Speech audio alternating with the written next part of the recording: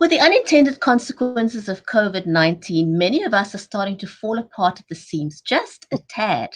So join us today as we talk to Anita Myers, author of The Undercover Superhero, and explore the link between how we are affected, because we are, by COVID-19 and emotional intelligence. Don't go away. We'll be right back.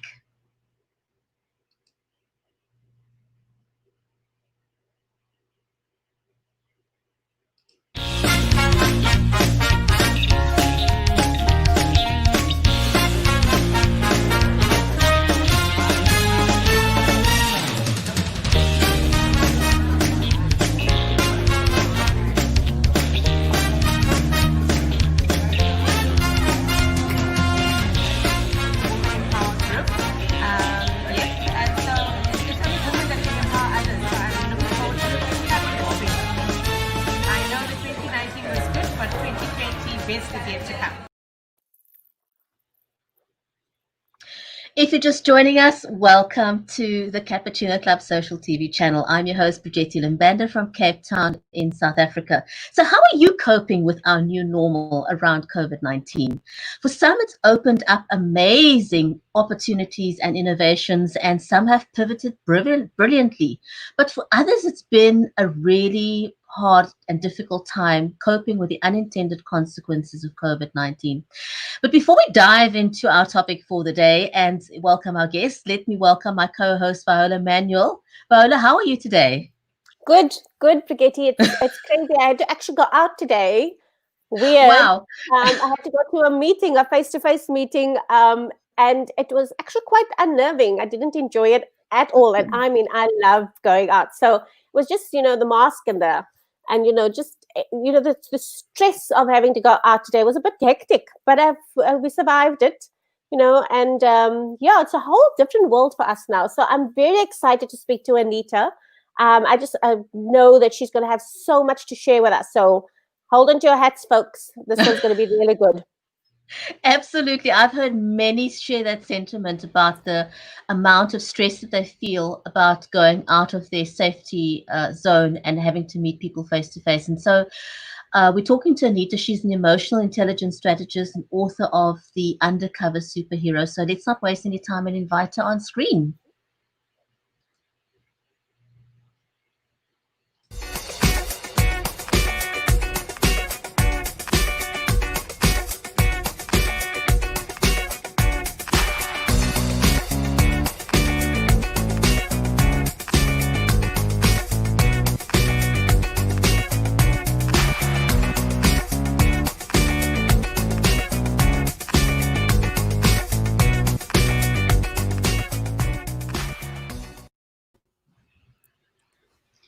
Anita, welcome to the show. Great to have you here. Hey, it's very nice to be here. Thank you. It's so nice to meet you, Viola. And I can't help it. I got to tell you, I love your intro.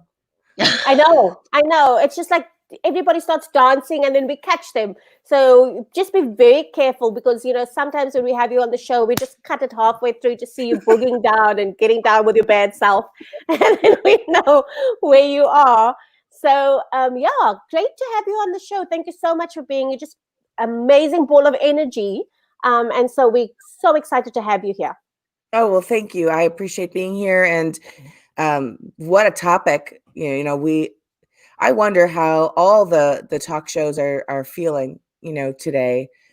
And I heard what you said while I was backstage when you mentioned how you had finally stepped outside and you just didn't like it. I want to hear more about that. Well, it was just weird. So you have to get used to the whole idea of, so we've just come out of, South Africa's just come into lockdown level 3, which means that there's no longer any sort of curfews in terms of times that you can be out. So there's a lot more people on the street, but everybody's wearing their masks, and there's just a different feeling in the air. It's sort of, I went out very cautiously, and I haven't been behind the car, the wheel of my car before for ages. So it was like, really just like this whole new experience, lots of fun. I promised myself I would be gentle, and I was. And it was weird because it was unnerving. I worked from home for the last few weeks. So no, it wasn't fun. It wasn't fun, but I know, again, as with most things, the more you do it, the more you'll get used to it again. It was a like a brand new experience. So it was a bit weird. Yeah, I can agree with you. When I think about when I look at the whole thing from January towards March and then March onwards, what we had, it was a combination of feelings. You know, when we were young as children, we were told by our parents, most of our parents, you know, you have restrictions, you cannot go out. You got to be home by a certain time. You know, you can't do these certain things. And I know as a child, I used to feel so restricted. You know, I want to be able to do these things. And why can't I? They're doing it and I can't. So I can imagine even as adults, that kind of tapped into that young side of us that felt a little rebellious. Like, what? We also have our nurturing side where we want to understand what's happening. So I know in the beginning, we were trying to understand it. But as all children, when they have too much, they're going to find a way to get out. There's moments where when we finally do get out, we really don't know what to do with the environment around us. And right now, we're not in that full capacity of, I don't know what age any of you were, that moment you felt, you know, and you're growing and you're developing and your parents let you go out finally. You know, when that feeling is a great feeling to be able to kind of be free. You can make your own choices. You can do your own thing. So to come back to that moment of, nope, listen, you can't, you got to stay home now. And if you go to the store, these are the rules. We're not used to that. We're so used to our own independence, right? I actually said on one of the shows, it just feels like we've all been sent to the naughty corner to think about what we've done. You know, it's like, get to the naughty corner. All of you stay there. We'll let you know when you come out. Think about what you've done. It's crazy. So, yeah. Anita, I'm going to kick off with a question, and that is, relationship coach is one of the words you use to describe what it is that you do. Where does that come from? Where does the passion for being a relationship coach come from? You know, how did you find yourself in the situation? You know, it's almost like how Beethoven one day started playing a piano. He's like, I'm just going to start writing music, right? That's what he did. That was his thing. And I don't know if we give ourselves enough credit for the types of talents that we all discover that we have. Some of us do, and many of us, we lean on others to tell us what we need to do. And for me, I think when I grew up, I've always been attached to seeing the betterment of the people around me. I've noticed that when I was a child, my mother used to say, you always care about everybody else. You know, you really need to focus on studying. You need to focus on your education in class. You know, don't worry about what other people are going through and the problems that they have.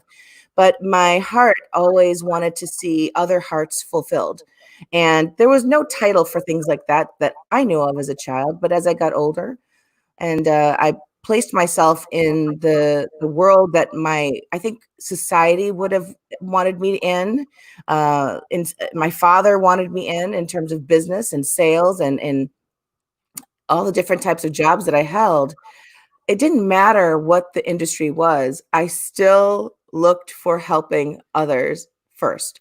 And you know, when I finally came down to recognizing what that was, I got myself involved in just taking the courses that you need to see. You know, it's one thing that I had the talent. It was another thing that I put my effort towards the talent. But when you go to a class, like let's say you were a whiz at math, you just get it, and you go into class and you learn from your teacher what math is, it's a no-brainer. And I think that that's what took place when I was in my courses for relationship coaching. When I did that and life coaching, these things, I just did it because it seemed like you want to get things on paper to show that you've had some kind of credit in putting yourself through school. So I did that and it was a no-brainer. It made sense. It connected with me, right? And I've been this way ever since. And I'm unapologetic about it now. Before I used to be, sorry, mom, sorry, friend, sorry. I'm not sorry. This is it. This is me. Well, just so that you know, I call those pages the papers that show that I had a moment when I was clever. That's what I call them. It's exactly. One just needs that kind of validation sometimes, you know. So how does one go about measuring EQ? That's a great question, because this is working our emotions and our mind. It's all within us, and I would say that if you're going to measure it, you want to measure it from whatever your standard typically is. Everyone's standard is different, and think about that like your default. So some people have a natural default to not be as energetic as you might see me being. Maybe their default is a lot lower in that sense, but they're in a happy place. Their feelings are happy. Everyone's made differently. Like you look at the garden, every flower is different. Every bush and tree and leaf, everything's different, but there's some similarities. And so within those similarities as human beings, to be able to gauge in what really causes you to feel at peace and content and confident. When you have those types of feelings, then when you explore your world outside of yourself, when you meet other people, you tend to just give to others naturally. You feel happy, you feel at peace with them, and life feels a lot better as you walk around. So listen, if you're in a place where somebody jostles you and gets you upset, or you're in a place where someone makes you so super happy, or you're in a place where you feel incredibly confused, you want to get yourself back to that nice regulated place that and sometimes we can't really identify with words. It's more of how we feel. We all know that. So in other words, if you think about crying, let's say when you feel super emotional, if we really went there and we didn't worry about anyone else around us and we just cried, and we've had those moments as children, especially, you cry so hard, you start hyperventilating.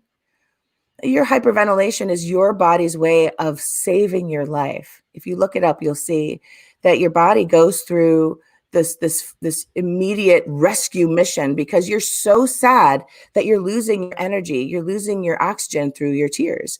So all of a sudden you get into this hyperventilation. So that's your body actually regulating you back to normal. So we can do the same thing with our emotions. It's actually a really wonderful experience when we can truly focus on how we feel. Yeah. We take in the power of it, and then we can manage our day no matter what it is. Yeah. So in South Africa, we would say that that's when you cry snot en trane. It's when everything just comes. It's like all of it just comes out. It's like letting it all out. It's one of those. It's really. Anita, just a very, in terms of the whole context that our show has really been sort of revolving around the COVID-19 experience. We've got interesting situations and sometimes just desperately sad things happening over this period. But for, just the, for some women out there, they've experienced this whole experience so differently from each other, But I think the one thing that's been common across the board is that we're all trying to just cope with it. How do you feel? What are some of the sort of more general ways of coping that a lot of women would be able to identify with? What are you finding women are doing to just cope with this sort of lockdown with your husband and your kids and everybody around you in this confined space? Great question. And it seems like it would be a complicated answer, but it really isn't. I think humans in general like to complicate things, and we operate very simply, and that's what makes us a mess. Yes, there's a lot of terrible things that have been going on. We've been seeing and witnessing a lot of loss. And our natural mechanism isn't used to seeing loss. We don't like loss. Nobody likes loss. We appreciate gain. But some of the tips that I would say, there's things that I've done within my family. In no means do I expect anyone to think that just because I came out here real happy means that my whole day, every day through this whole experience was in that place. I have moments where I have to sit and look at what's happening. I think when I think about some of the main tips I can offer is to ask people to just go back to your truth. What is the truth that you know? Sometimes we're watching the news, we're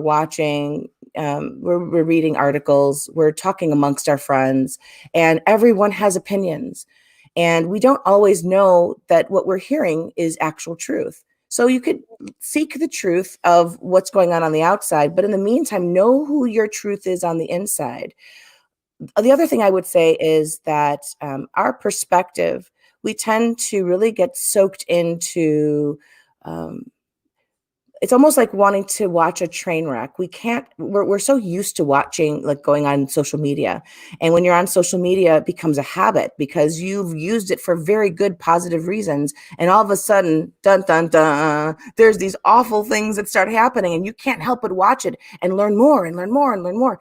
So detaching from those things because they are not literally affecting you every day, with the exception of knowing we need to stay in during lockdown for some of us that are still in that place, to be able to detach from those things and really refocus on what's happening in your life today and how can you make it better, so that there are people out there who are living lives at home.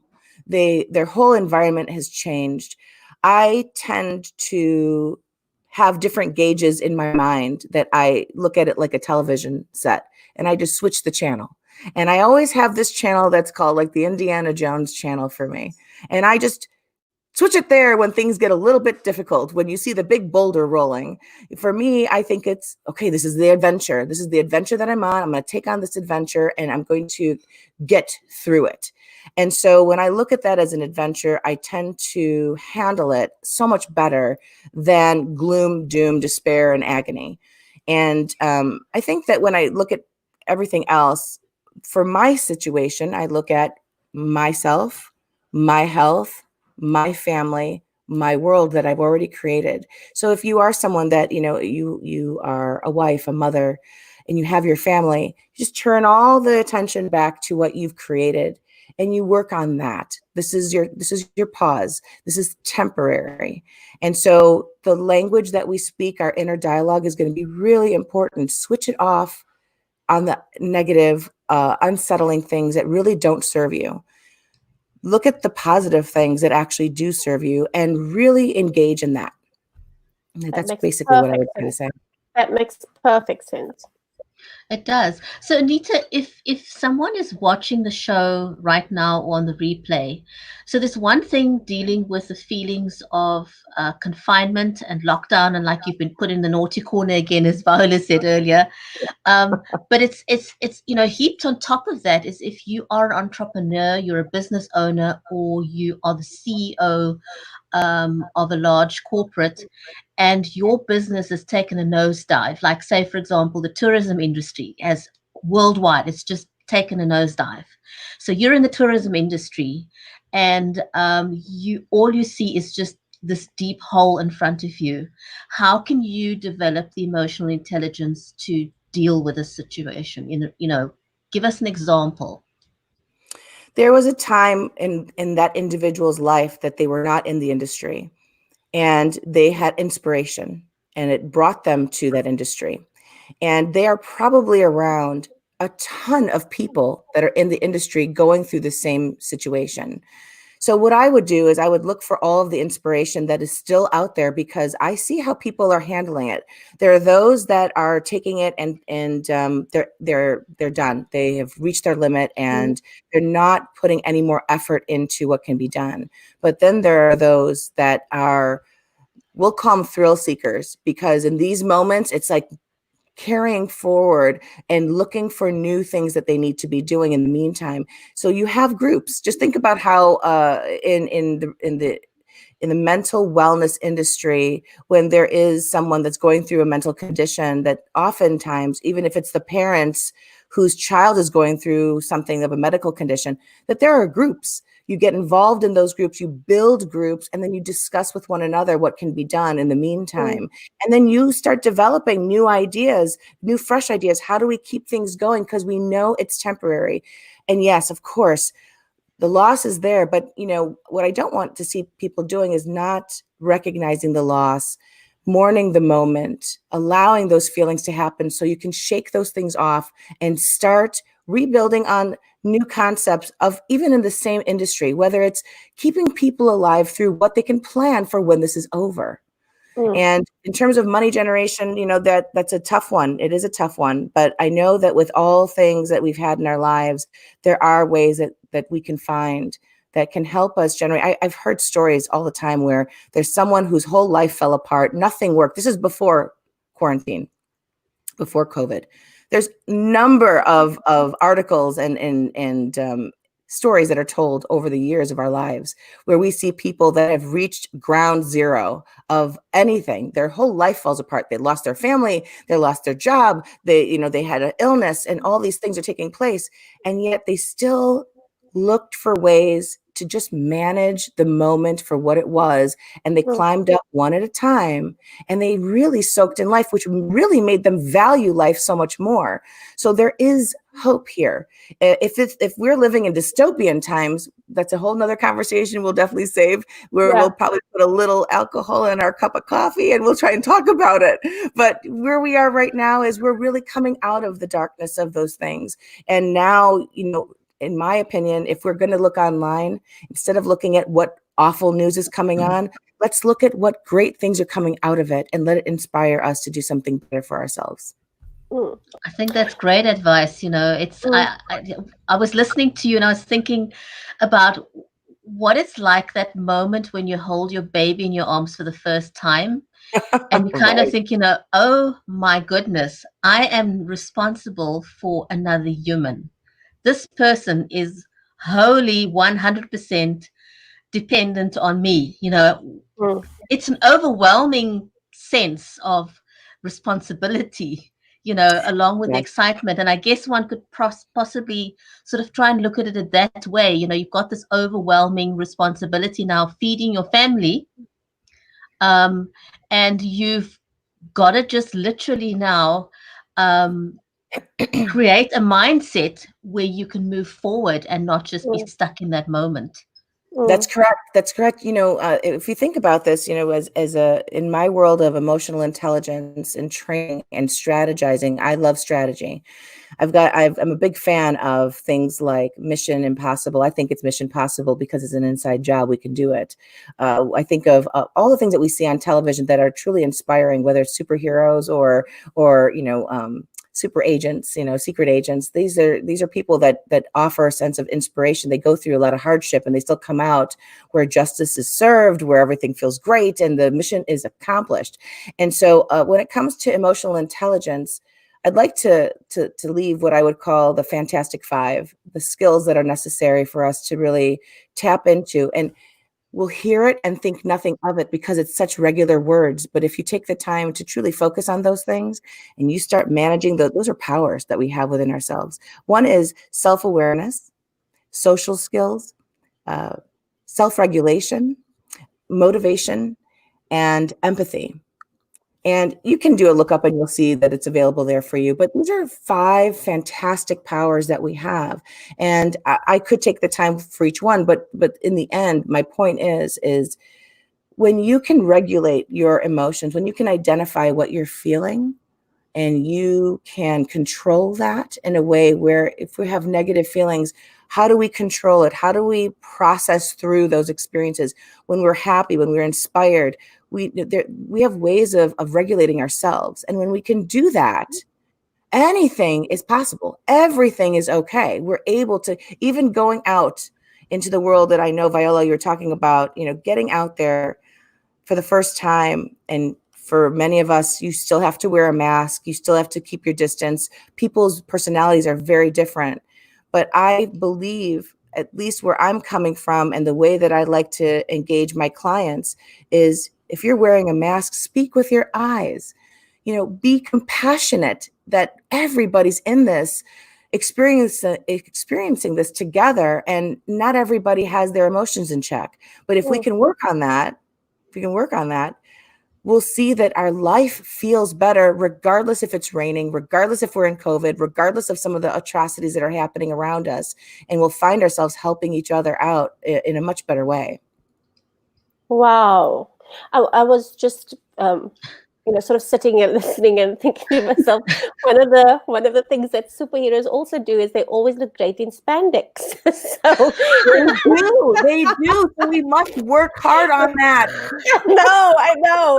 So, but I absolutely love those 5 superpowers, because I think it's important. A lot of people talk about emotional intelligence and they say, I want to be more emotionally intelligent. If you talk about IQ, you sort of talk about intellectual quotient. You can study something, you can learn something, you can gain knowledge, and then you can be tested and you're brighter than you were a few weeks ago. with emotional intelligence, it's, people don't seem to understand that it's also something that can be harnessed and improved and built on, so that is truly the secret to everyone's success. When you think about this, let's just go with sales, because everybody knows a salesperson. Yeah. A lot of times sales is so IQ, the knowledge, the information, and you hear people pitching and sharing and and then, if they're not involved, if they're not interested in the business, well, then we're just gonna move on to the next person. And yes, I understand those things. I used to be in sales myself. I get it. But here's the thing, you wrap your information with a beautiful package of emotional intelligence. You're making deals with someone's heart. Now it's not a cerebral conversation. This is a heart-to-heart experience. And I think of, being from the United States, one of the things I remembered is, people in the South, and even in, the Wild West or whatever, you think of the old days where a handshake meant everything. It's just a handshake. There's no contract, but there was a heartfelt contract. And they always talked about, I'm not going to go against my word. These are things that are all emotional intelligence based. So when we see sales reps who are super successful, when you see them super successful, it's because they didn't only share information of the IQ, but they delivered it with EQ. And that's the success spot for everyone. So I think they're really missing out. If they're thinking that IQ is the end all be all, then we wouldn't be in the situation that we're in. We need to get EQ really up there, right next to IQ, as like marriage. A healthy marriage. They should be together. Yeah, agreed. I think, just from a business perspective, I think a lot of people are understanding now that in order to be successful, it's not just about the technical know-how of your business. It's not just about how many megawatts or how many centimeters, or, it's not the technical aspect. It's also being able to connect with that person. And I think COVID, one of the things we've been speaking about on the show, is that COVID has really given us an opportunity to be helpful. And I think it was one of our guests that said, helpful is the new viral. If you can learn to be helpful and share and be compassionate and just provide information, lots of information, there's a greater opportunity for you to actually start making an impact.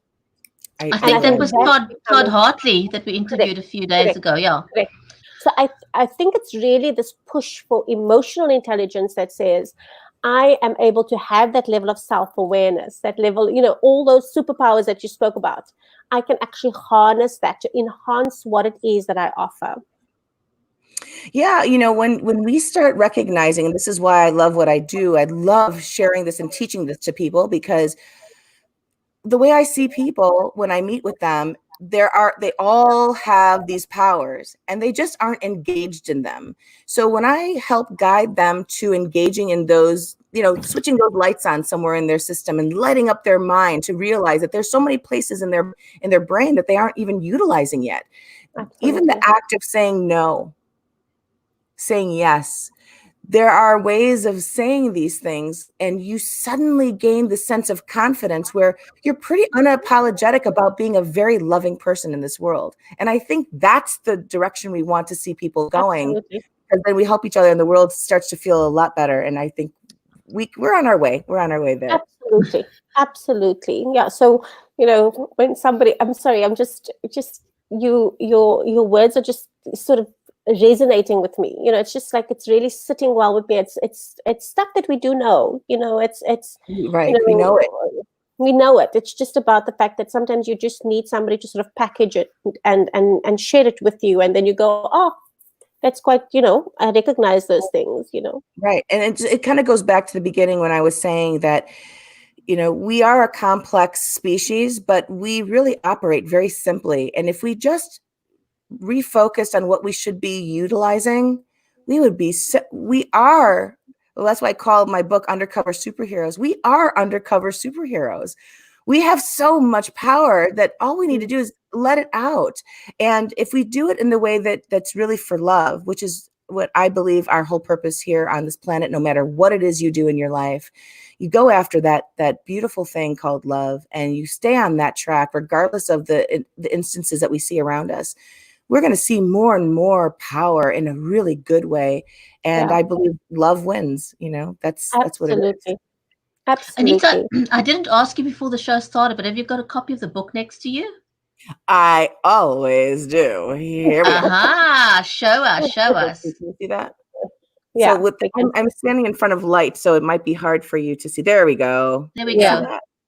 This is me in the shadow, and this is me coming out into the light. And the reason why I designed it that way was it's a couple of reasons, but one was this book, The Undercover Superhero, was really about what it's like to live in the shadows of emotional abuse and what it takes to step out into your own personal light. And when I say emotional abuse, I think it's such a neglected situation, and it is that way because with the way the systems work in all of our lives, they need to see proof. And it's hard to show proof in emotional abuse unless we look at behaviors and knowing the stories that are told. When you hear physical abuse, it's easier to obviously document. So the emotional abuse is such a heavy, deep problem that we have in all of the world, where words, they act as weapons. And what's left of the spirit looks just as bad, if not worse, than what we would see in awful, horrific situations. And people live with this throughout their life, and you could put all the makeup and get your hair done and you could dress up fine. But if that spirit is tattered, if there's holes that's in the spirit of the heart, they walk with it. And you start to see this as you start to talk to people, where tears might come out of their eyes when they seem to have it all together, where you can read it in their personality. I know I can. And I've really enjoyed putting this book together because I know that no matter what status anybody's in financially, no matter what race they are, no matter what, I don't discriminate on anyone. If they have a heart, I tend to look at their heart when I have conversations with them. I'm really not concerned with what their brain wants to tell me. I want to know what their heart has to say. And that's what we really address. And we build that up like a badass, and we get them where they need to go. So it's a really wonderful experience to teach people. Really, I'm introducing them to themselves. Yeah. So. Anita, how can people connect with you? Well, they can certainly contact you because you know me. You two know me. But they can reach me at my website, which is innerscope365.com. They could see me through my Facebook page. I've got a public profile that's under my name, Anita Myers, Interscope365, and LinkedIn. I'm in all the social media platforms that are there. So not all, but Instagram and Facebook and LinkedIn are the ones that you can reach me and find me. Reach out to me and let's have a conversation over cappuccino. Awesome. Anita, thank you so much. It was really great having you on the show, and thank you for sharing your words of wisdom, because we really do need them. It's not, and I love the fact that it's, your message was so uplifting, that it's not all doom and gloom, and it's about how we look at things, and we have the power within us to change how we feel. Yeah.